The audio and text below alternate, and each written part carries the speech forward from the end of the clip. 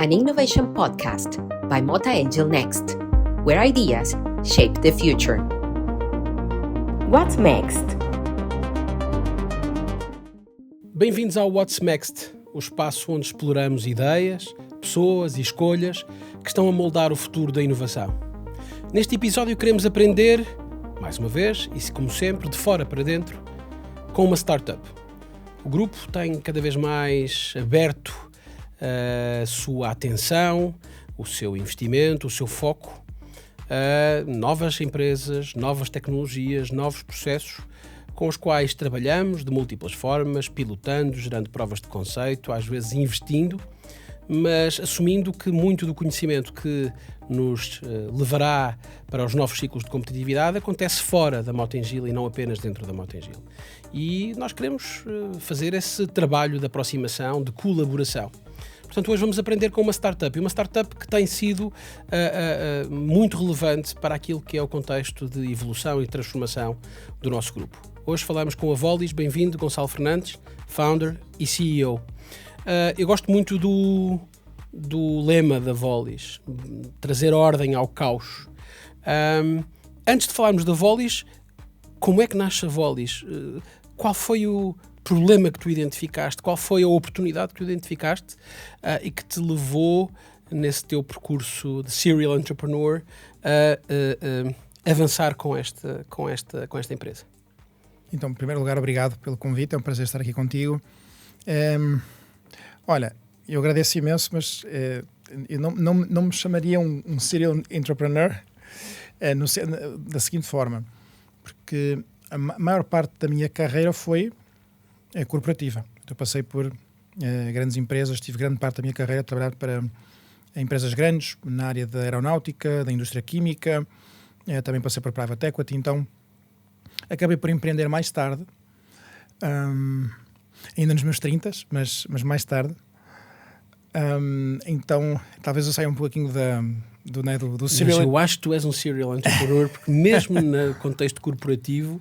Então, deixa-me pôr isto de outra forma. És um restless intra e entrepreneur. Talvez. Melhor. E sem dúvida que nós, em grandes organizações, muitas vezes nos deparamos com situações em que temos que o entrepreneurship. E tens que ter essa iniciativa, esse arrojo para fazer. Mas é diferente, de facto, não é? Mas eu diria que a Volis nasce de uma série de coisas. Talvez, de um lado, eu sempre estive, de alguma forma, interessado ou relacionado na minha carreira corporativa com temas de excelência operacional. Ou seja, diagnosticar problemas e tentar resolvê-los. Eu sou engenheiro aeronáutico de formação, portanto sempre tive este bichinho de resolver problemas, de montar os legos em criança, aquelas coisas, não é? E, portanto, sempre tive esta tendência, talvez vou chamar-lhe vocação, talvez uma vocação para este tema de procurar a excelência operacional, procurar o caminho mais eficiente. Portanto, existe esta vocação pessoal, portanto, este é um dos elementos. O outro é o momento, porque, quer dizer, eu apanhei toda esta revolução do AI que me fascinou antes, talvez, dela ficar tão visível publicamente, porque nós começamos a trabalhar com muitos dos nossos colegas na Volis e alguns dos nossos sócios, começamos a trabalhar em temas de machine learning antes disto ser, digamos, large language models, antes de estar aí em voga, não é? Portanto, tive a sorte de estar no momento certo, não é? A hora certa. E talvez o terceiro fator foi uma oportunidade. Quer dizer, apareceu uma oportunidade de realmente saltar, correr o risco, criar a empresa, e achei que, olha, se eu não fizer agora, não vou fazer mais, portanto, vou fazê-lo. E fiz isto mais ou menos, este salto foi mais ou menos há uns 3 anos atrás, vá. Não me arrependo, tem sido uma viagem apaixonante, mas é muito diferente de tudo o que fiz, não é? Como dizem os espanhóis, de dicho a hecho, hay un trecho. Então é diferente, mas tem sido uma jornada muito, muito interessante. Estamos a crescer, estamos a resolver problemas. Acho que isto no final do dia É o que nós queremos fazer, resolver problemas que tenham valor. Fala-nos disso, para que o nosso auditório compreenda exatamente a proposta de valor da Volis. Qual é o problema que vocês resolvem? Problemas operacionais complexos que se possam resolver com dados. Em suma é isto. Nós, através de dados da operação, e que tipo de operação? Uma operação de produção, uma operação de supply chain, uma operação de recursos humanos, operação comercial. Portanto, operações complexas que têm dados, que produzem dados. Quando não produzem, muitas vezes também entramos no sentido de ajudar o cliente a entender como é que tem que melhorar o processo, como é que tem que digitalizar o seu processo, para nós termos o insumo para trabalhar, que em última análise são os dados. Precisamos de dados bons. Portanto, é isto que nós fazemos. De que forma é que com os dados da operação nós trazemos mais eficiência à operação. E a eficiência geralmente estamos a falar de fazer mais com menos ou de fazer o mesmo com menos. Está sempre à volta destas dinâmicas. Portanto, dados, depois com uma camada tecnológica, nomeadamente inteligência artificial, e no limite, o que a Volis faz é suportar a tomada de decisão. Exatamente. É, no fundo, ajudar o ser humano. Eu sou...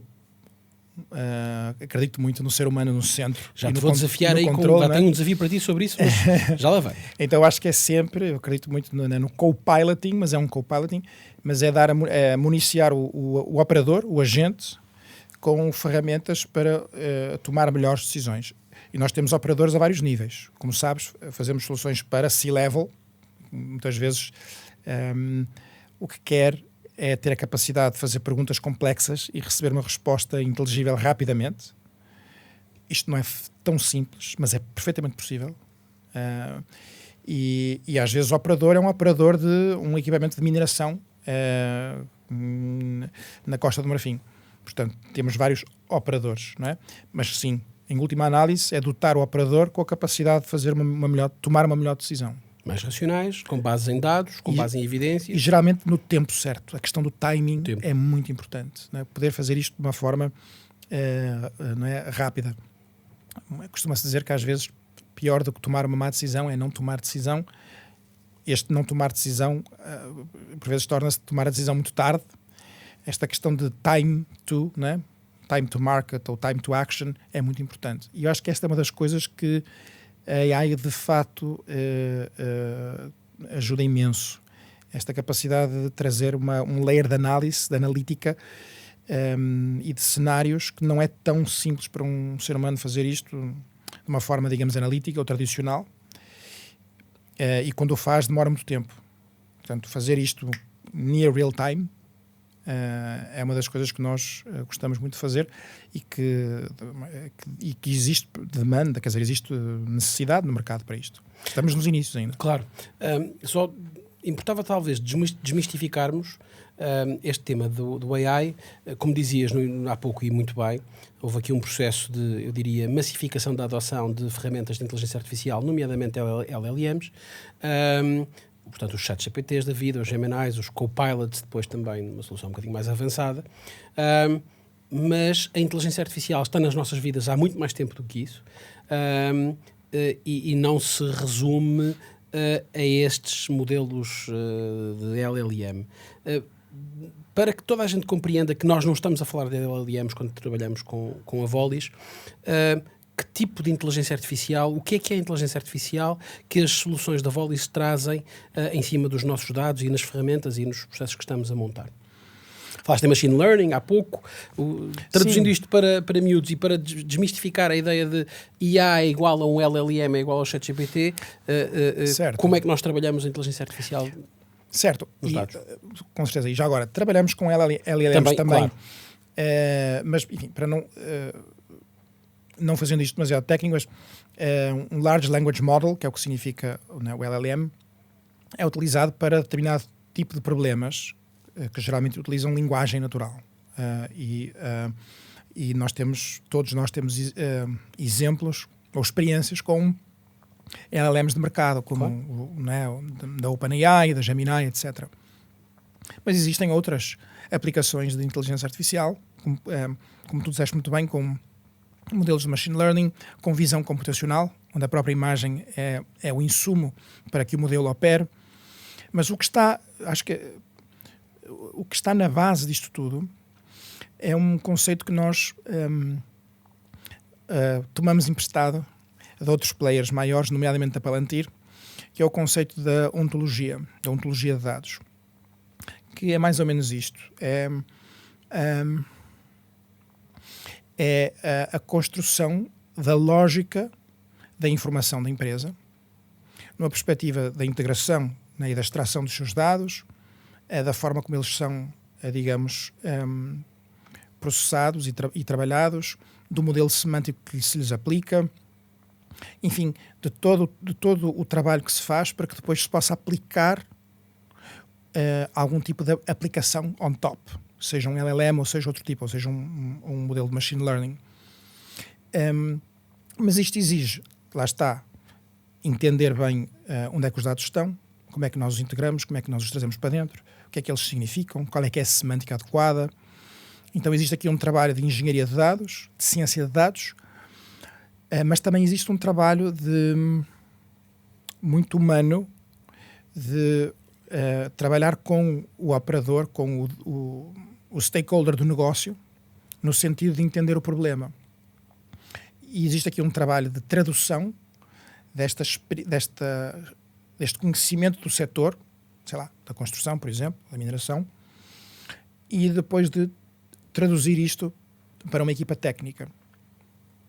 E este trabalho muitas vezes este trabalho é muito importante, é mesmo importante. A pior coisa que nós podemos fazer é colocar engenheiros e cientistas de dados a falarem diretamente com um stakeholder sénior de negócio.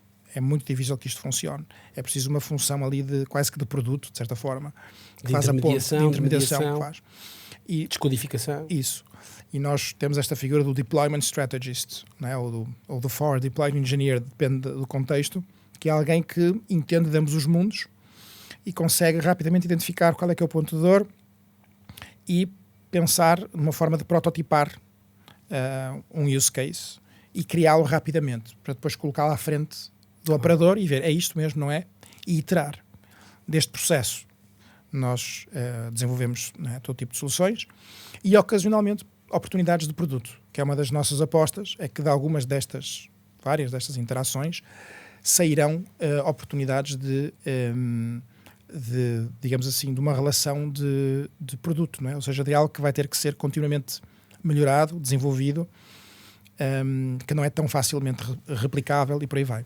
O que me estás a dizer, no fundo, é que é importante termos uma arquitetura de dados robusta e sofisticada, mas que isso significa onde é que eles estão, como é que nós os recolhemos, como é que nós os processamos, se não estamos a recolher, onde é que podíamos estar a recolher e não estamos a recolher, se estamos a recolher, como é que podemos recorrer melhor, como é que os classificamos, ontologia, etc, etc, mas que, por si só, e esse é um valor acrescentado que a Volis traz, por si só, isso sem o complemento do conhecimento do negócio, como é que o nosso encarregado de obra toma uma decisão quando confrontado com um conjunto de hipóteses ou com um conjunto de circunstâncias, quando a nossa administração quer pensar cenários e alternativas. Ou seja, é esta ponte entre a arquitetura de dados, que no fundo é absolutamente objetiva e racional, mas também com alguma capacidade, ou bastante capacidade, de compreender como é que os humanos fazem este negócio, tomam esta decisão, gerem esta operação. Exatamente. No fundo é isto que nós temos feito juntos. Exatamente. No nosso processo que longo. Exatamente, e deixar claro que a Volis aprende com a Mota-Engil e ao mesmo tempo que dá suporte na digitalização destes processos para que depois se possa fazer o trabalho lá na frente de Data Engineering. Ou seja, existe aqui nós não trazemos o domínio, ou melhor, o expertise deste domínio. Isto não é um chapa 5 que tu trazes de fora e que aplicas. É uma co-construção. Uma co-construção. É muito importante realçar isto. E aí o grande valor desta colaboração vem de muitas perspectivas, mas sobretudo desta capacidade de nós entendermos a fundo o negócio porque estamos juntos com um operador que entende tudo e que está a fazer isto há décadas. Ou seja, do ponto de vista da inovação, nós temos, no fundo, dois instrumentos de relacionamento entre o grupo e a Volis. Por um lado, aqui um robusto programa de venture clienting, em que, na prática, a Volis é nosso fornecedor, sendo que não é um fornecedor que nos vem vender um produto off the shelf, está a co-criar uma solução específica para a nossa realidade, mas simultaneamente também através da Mext somos investidores na Volis. Eu queria me concentrar eminentemente nesta primeira fase e depois a seguir já vestirei o casaco de investidor, mas para já, vestindo o casaco de parceiro-cliente, todos nós no grupo temos ouvido falar em coisas como One Method, One Tool, King of Dashboards. Isto começa a ficar enraizado em nós, mas eu gostava de tentar trazer isto para o nosso dia-a-dia e faço-te a questão desta forma. Imagina que os nossos projetos estão em velocidade de cruzeiro, as coisas foram desenvolvidas. O que é que mudou no dia-a-dia da nossa empresa? Quando isto está a funcionar, o que é que mudou no nosso dia-a-dia? Sim. É uma pergunta muito profunda e é mais importante, porque no final dos dias estamos a fazer coisas não para nos divertirmos ou por elas em si, não é? Mas porque tem aqui um valor que está a ser criado. Para responder à tua pergunta, vou começar pelo One Method. Tu falaste dos nomes das iniciativas. One Method, este nome é o nome do grupo Motengil, que significa um método, e o MI, capital de Motengil, trademark. Mas isto é uma iniciativa que a Motengil já tinha e que faz parte do plano estratégico da Motengil, de criar uma metodologia comum a todo o grupo, na forma como se olha para, desde a orçamentação, ao planeamento, à execução, à pós-construção, no fundo, antes, durante e depois da obra. E é uma iniciativa muito ambiciosa que o grupo tem para que, de facto, exista uma sinergia e uma linguagem comum. Como sabes, o grupo cresceu imenso, não é? Em muitos países, em regiões muito diferentes, com tipologias variadíssimas. E isto cria um desafio operacional. Todo este crescimento cria um desafio operacional. E o que o grupo identificou, e a meu ver muito bem, isto antes da Volis, era a necessidade de criar esta metodologia comum.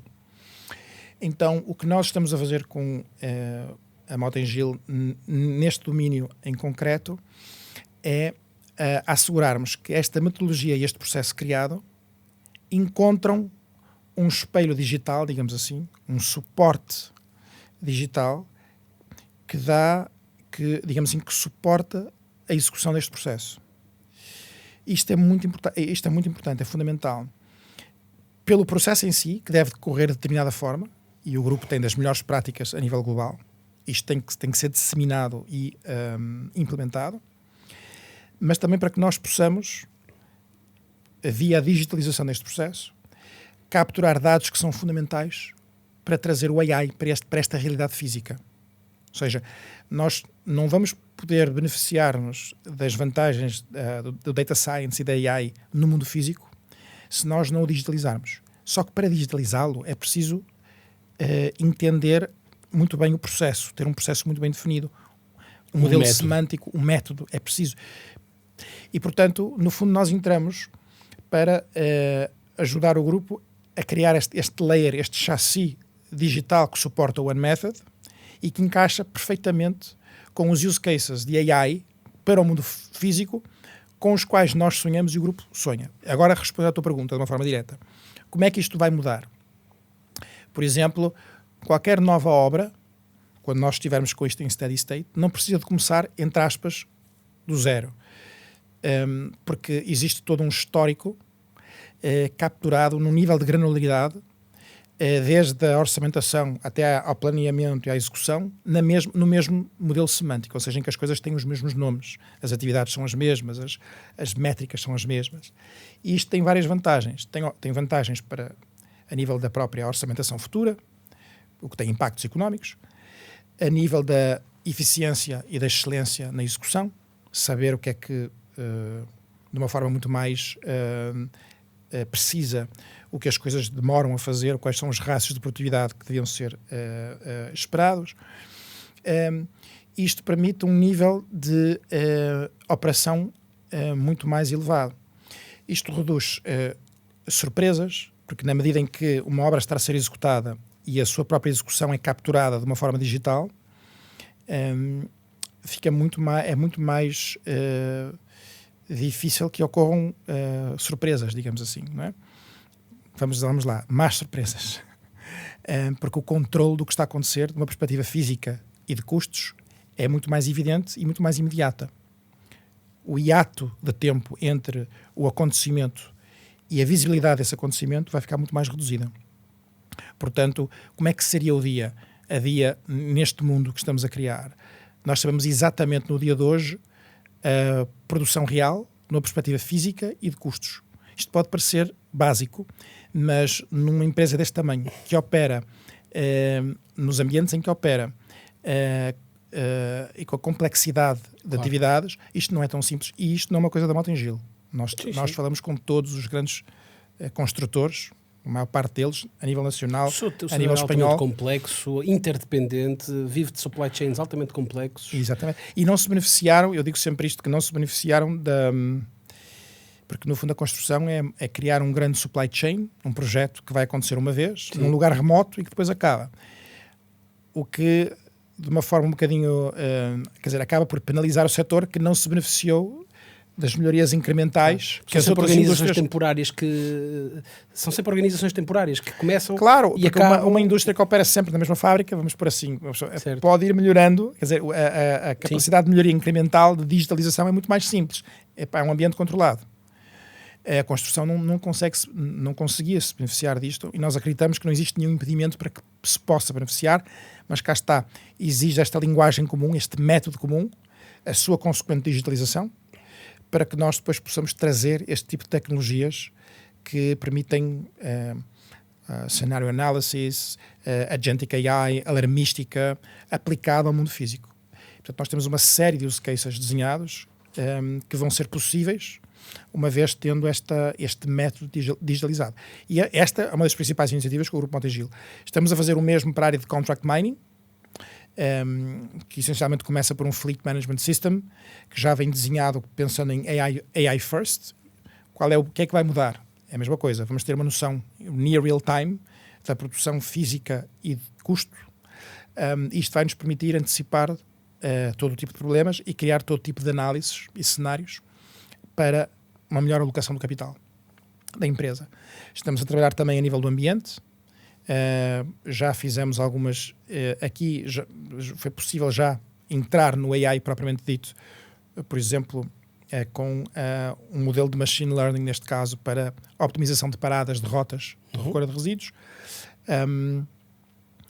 E também a nível do que falavas do King of Dashboards, ou seja, a nível da gestão do topo da empresa, de uma visibilidade do que é que acontece e uma capacidade de fazer queries complexos e obter respostas de uma forma muito mais clara. O King of Dashboards, o que é isto, essencialmente? É a capacidade de ter todos os dados da empresa passíveis de serem analisados de uma forma muito mais simples, usando linguagem natural. Nós já temos uma série de relatórios para a administração da empresa que são criados totalmente de uma forma automática. Não há nenhum ser humano que escreveu aquilo. No entanto, o relatório tem todo o aspecto de ter sido feito por um management consultant de top tier management consulting firm. Mas neste caso um LLM que está a ser aplicado ao data environment e consegue criar todo tipo de análises que a administração quer ver. Então, digamos, é um layer de BI e de data query para o top management. Portanto, estas são as principais iniciativas da construção, mineração, ambiente e gestão geral. E volto ao ponto inicial. O objetivo é sempre o aumento da eficiência, né? Uma redução do desperdício e um acesso à informação de uma forma atempada, o que depois permite todo o tipo de casos de alarmística, de agentic AI, de automação de tarefas que não precisam do ser humano para que sejam bem feitas. Aliás, até é melhor que sejam automatizadas, e temos vários casos desses. libertando o operador humano para fazer outras coisas de muito maior valor acrescentado. Isto obriga-nos a uma transformação também cultural, na forma como desenhamos processos, muitas vezes também na forma como nós, colaboradores individuais, pensamos e agimos sobre aquilo que fazemos e a forma como tomamos decisões. Com certeza. E isto de alguma forma já está a acontecer, porque a própria equipa, porque é importante, o número de recursos da Mota-Engil envolvidos nisto é incrível. Ou seja, eu saúdo o arrojo da Mota-Engil, da administração, em terem patrocinado estas iniciativas, com o ímpeto que o fizeram, com a paciência que o fizeram. Isto já está, esse elemento cultural que tu falas, já se está a materializar, porque para fazer, ou seja, só para criar o método comum, ou seja, para que nós falemos a mesma linguagem a nível global em todas as obras, a quantidade de pessoas sénior na organização, de engenharia, de planeamento, de tecnologia, das áreas operacionais, dos mercados, que estiveram envolvidos nisto, é um esforço colossal. Isto já tem um impacto cultural que é, nós vamos trabalhar desta forma. Existe uma forma, Mota-Engil, digamos, de construir, e não é aceitável que o grupo não opere com este nível de excelência.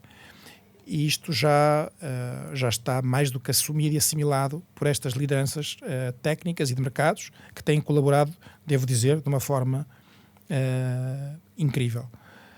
Portanto, o que é isto se não impacto cultural? Sim. Se não houvesse este desejo de transformação e a abertura para o fazer, isto reflete a cultura, né? Tem que ver com a cultura e com a abertura da cultura a uma nova forma de trabalhar. Não seria possível fazer nada disto. Deixa-me agora focar-me um pouco mais na Volis. Nós acreditamos profundamente na proposta de valor da Volis e por isso também nos transformamos em investidores da Volis. Em primeiro lugar, de que forma é que o investimento da Mota-Engil Next também foi importante para a empresa? Foi importantíssimo. Acho que as iniciativas que estamos a fazer em conjunto, sem dúvida, que dão um push enorme nos nossos use cases, na aplicação do nosso know-how a casos concretos, mas também é preciso combustível, claro, para fazer a jornada, não é? E esse combustível foi fundamental e foi utilizado por um lado, para, digamos, enrobustecer a própria capacidade da Volis de atender um cliente desta dimensão, uma dimensão global, e para fazermos investimentos estratégicos na tecnologia, nomeadamente na própria Palantir, que foi essencial ter, digamos, os recursos para fazer uma coisa destas. Não é tão acessível, digamos assim, para uma startup da nossa dimensão ter acesso a este stack e à capacidade de poder treinar grande parte do plantel, digamos assim, claro, em AIP, que é o stack da Palantir, se não fosse com este recurso, não é? Portanto, foi fundamental. É muito frequente encontrarmos nas startups algum desconforto, e, aliás, é um eufemismo. Há muitas startups que não gostam de investimentos VC por parte de corporate, porque muitas vezes os incentivos não estão alinhados, as expectativas não são exatamente as mesmas. Neste caso, mais do que o investimento, é também o caráter estratégico e a oportunidade que porventura o investimento dá de também ter, de facto, um use case ou use cases robustos. Com certeza. Eu acho que muito mais valioso, francamente, muito mais interessante, porque nós estamos... Isto como alternativa a um fundo de capital de risco que invista. Eles servem... Sim, eles podem coexistir, não é? Eles podem coexistir. Nós tivemos várias conversas com VCs, digamos, traditional VCs, e eu acho que poderá, com certeza, haver um momento onde nós teremos conversas com este tipo de VCs, mas... agora falando do tema de cultura, a cultura de um VC, digamos, e de um corporate VC é diferente, ou talvez não seja bem a palavra cultura, mas os objetivos, expectativas, a tese de investimento é diferente. Essencialmente, o objetivo da Next, enquanto grupo Mota-Engil, é trazer expertise para resolver problemas de dor reais que necessitam de inovação e que não existem, digamos assim, skills ou capabilities in-house para o fazer, nem teria sentido construí-los in-house, digamos assim, especificamente para isto. E por isso é que se cria isto. Não é? Eu prefiro este approach, porque até da minha própria perspectiva, do meu próprio background, ter trabalhado em ambiente corporativo... Ajuda a teres um investidor que é uma corporate, porque, apesar de tu, também consegues compreender a tese de investimento. Sim, e porque também sei mexer, digamos, dentro de uma organização complexa. Que também é duro. Que é complicado, e é preciso ter experiência para isto. Eu acho que foi algo muito simbiótico. Foi muito simbiótico. Um VC, digamos assim, tradicional, se é que se pode dizer isto, é sempre o billion dollar target, não é? O ultra high net growth path, não é? Como é que isto vai valer 5 zilhões sempre a pensar no exit, em 2 minutos. E então é algo muito mais... Dá uma sensação, isto pode ser injusto, mas dá uma sensação que um VC, se tiver que torrar 99 empresas para achar uma que dá o cenário bilionário, é o portfólio que conta, é suficiente, é ótimo para eles. Ora, isto é muito interessante, mas pareceu-nos que o que nós tínhamos em cima da mesa, concretamente um problema real, resolver um problema, voltando um pouco à gênese da empresa, resolver um problema real e aprender com quem está a fazer isto há 80 anos, pareceu-nos muito mais interessante do que ter, digamos, um bet, uma aposta mais, talvez, ampla, com, talvez, cenários não é, estratosféricos, mas que é um jogo diferente, sabes? Acho que é um jogo diferente. Então não é de maneira nenhuma, não é uma crítica, é uma opção, é um jogo diferente. Enfim, para aqueles que estiverem a considerar, a nossa experiência foi ótima. Às vezes está a ser ótima, para as duas partes, extremamente simbiótica, e por isso é que existe Corporate Venture Capital, e por isso é que existe em muitos casos de Corporate Venture Capital, que eu acho que não excluem, em fases posteriores, trazer um VC, claro, mas noutra fase da empresa. A Volis não tem trabalhado necessariamente apenas e só com a Mota-Engil. Onde é que estão os espaços de oportunidade? A empresa tem experimentado noutros e está a trabalhar noutros setores, entrou agora na saúde, na manufatura, e vemos que a Volis opera num contexto, ou num espaço, ou num negócio onde altamente competitivo e onde está muita coisa a acontecer. Vimos agora a Accenture a adquirir a Ranger. Quais são as arenas de crescimento para a Volis e como é que tu vês os espaços de oportunidade para a Volis? Bom, agora vamos entrar aqui em o que eu desejo. Agora o investidor aqui a conversar com o founder. Ora, eu claramente este ano, o ano passado nós tivemos uma incursão nos Estados Unidos, foi uma aventura, digamos assim, que este ano eu quero muito que se consolide. Nós temos uma operação no Brasil, aliás foi onde a empresa começou originalmente. Estamos com grandes grupos tradicionais em Portugal, mas eu acredito que, sem dúvida, que o mercado americano continua a ser um mercado mais desenvolvido de longe para o chamado Enterprise AI. E quero muito estar nesse mercado. Particularmente operando com Palantir, é um mercado vasto lá nos Estados Unidos. Então este ano os Estados Unidos vai ser um driver muito, muito, muito importante. Portugal é o nosso mercado, é a nossa casa, o nosso mercado doméstico, é um mercado importante, é um mercado muito relevante para nós, mas eu acho que temos que estar preparados para operar em várias geografias. Nós começamos assim, repara. Nós começamos dessa forma. Portanto, só tomar aqui um bocadinho de água. Nós começamos a operar em vários mercados, não por megalomania. É que, de facto, começou assim. Porque na época eu estava no Brasil, nós temos um investidor anjo que é americano, depois a entrada da Mota-Engil, mais tarde. De alguma forma, nós temos grande parte da nossa equipa que está no Brasil. Já tivemos, não é, uma experiência no Texas, temos uma subsidiária lá. Portanto, de alguma forma, a empresa já cresceu com esta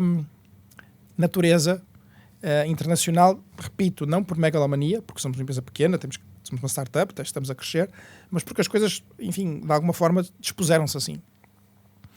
Ora, como já temos esta capacidade de operar nestes lugares, eu acho que seria não é? Seria não aproveitar uma grande oportunidade neste momento, neste timing, de tentar ir atrás do grande elefante que é o mercado americano.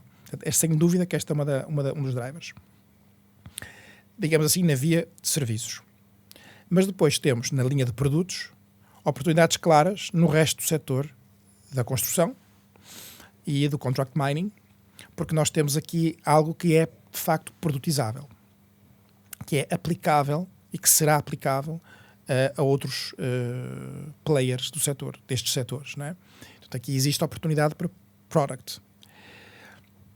Não é muito comum uma startup, digamos, estar digamos, nos dois. Não é? Geralmente ou é service ou é product. Eu já tenho ouvido isto muitas vezes. Talvez em algum momento nós decidamos ir por uma ou por outra.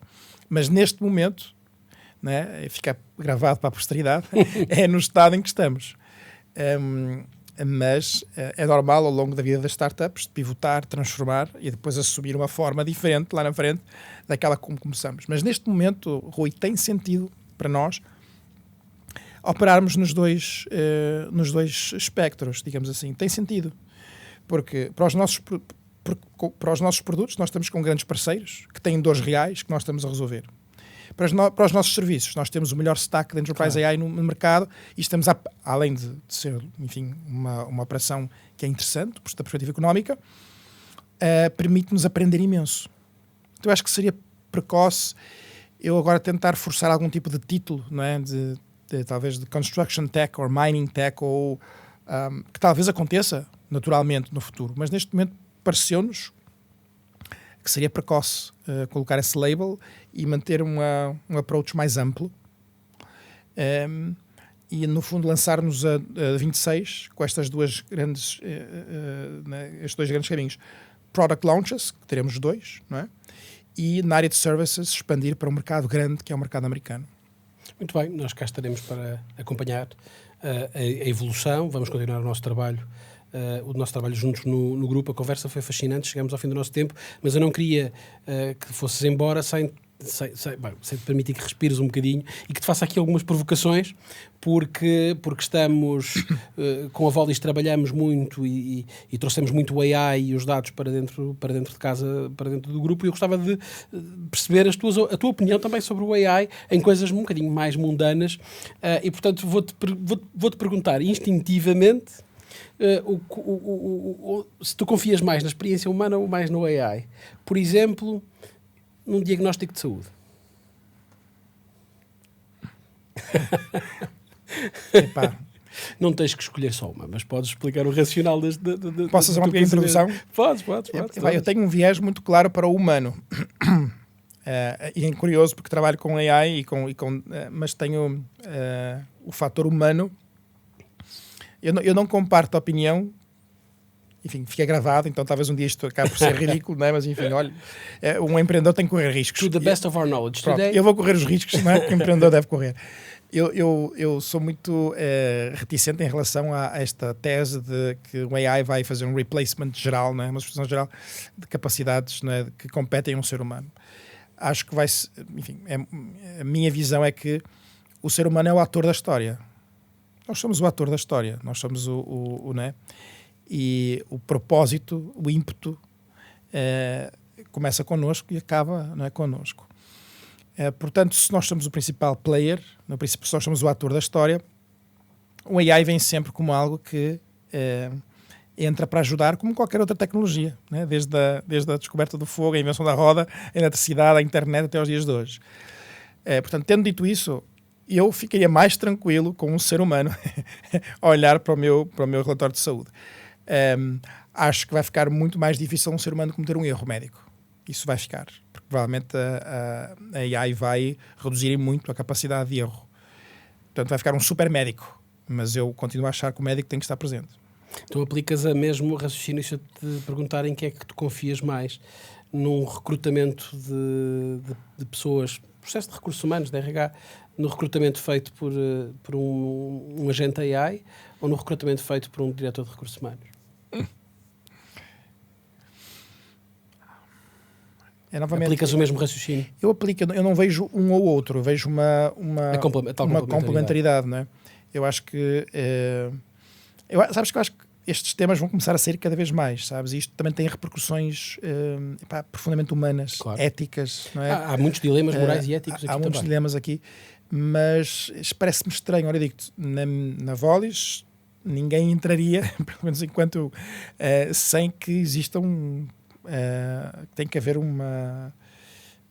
obviamente demonstrações de competências claras, mas existe uma química, digamos assim, uma conversa e uma pessoa. Eu gostaria de trabalhar com esta pessoa. Está claro que a pessoa é competente, não é? Mas eu acho que seria bom, eu teria prazer em trabalhar com esta pessoa. Acho que nós acabamos sempre por escolher pessoas que, além das suas competências, humanamente nós tínhamos algum tipo de afinidade e que imaginemos que isto me complementaria de alguma forma. Como é que um sistema pode fazer isto? Talvez possa ser... Eu acho que não é tudo psicologia, certo, e dados. Eu acho que tem aqui um fator humano, de intuição, vamos lhe chamar, não sei, a nossa alma, ou quiser chamar, mas não é tudo psique e dados. Existe algo aqui e que eu acho que nunca vai ser substituível inteiramente. A última, que nos interessa especialmente, em quem vais confiar mais para avaliar o risco operacional numa obra? Nas soluções da Volis para a construção. Mas se calhar o nosso diretor de obra, o nosso encarregado de obra vai ser altamente empoderado pelas soluções da Volis. Sim, e sobretudo as decisões que tomar vão poder ser questionadas. Não vamos substituir os nossos encarregados de obra, vamos lhes dar uma força adicional e talvez mais confiança na tomada de decisão. Sim, vai ficar menos solitária a decisão, na medida em que temos uma robustez no suporte. E com certeza, e mais transparente. E isto vai criar uma dinâmica, eu acredito, virtuosa. Porque quando existe transparência, isto tem todos os ingredientes para criar uma dinâmica virtuosa, de realmente não esconder os problemas, não é? Porque eles vão ficar evidentes de qualquer forma. E aprender com isto, não é? Portanto, não acredito que o encarregado de obra desapareça. Vai ficar bastante mais difícil justificar algo que não tenha sentido, não é? Mas por outro lado, também vai ficar muito mais fácil entender o que está, digamos assim, analisar cenários diversos e tomar uma decisão melhor, mais atempadamente. Informada. E isso acho que retira, apesar de tudo, retira alguma pressão e alguma solidão nessa tomada de decisão. Imagino muitas vezes os nossos encarregados de obra a dormirem mal, a pensarem na decisão que tomaram, ou que vão ter de tomar. E isto vai ajudar, eu acho que no limite, e nesta fase já estou a exprimir a minha opinião, não estou a fazer tantas questões, eu acho que no limite, aquilo que estamos a fazer juntos vai ajudar as pessoas a viverem melhor no universo Mota-Engil. E isso é profundamente humano. É profundamente humano. Com certeza. Eu tenho a mesma opinião. Partilho da mesma visão. E desejo isso. E vamos juntos. Gonçalo, muito obrigado. Foi uma conversa fascinante. Adorei como sempre. Volta sempre que quiseres. Nós vamos continuar a trabalhar juntos. E foi este o nosso episódio, onde, no fundo, percebemos e exploramos como podemos continuar a aprender também com as startups, aquelas em quem investimos, aquelas com quem trabalhamos todos os dias, no fundo, assumindo que precisamos de aceder a este conhecimento, a esta expertise que complementa aquilo que nós fazemos todos os dias para fazermos, às vezes, as mesmas coisas melhor, outras vezes fazemos as coisas novas que precisamos de fazer, mas, sobretudo, fazermos bem as coisas certas. O futuro constrói-se com perguntas e nós continuamos a fazê-las aqui. Por isso, what's next? Encontramos-nos no próximo episódio.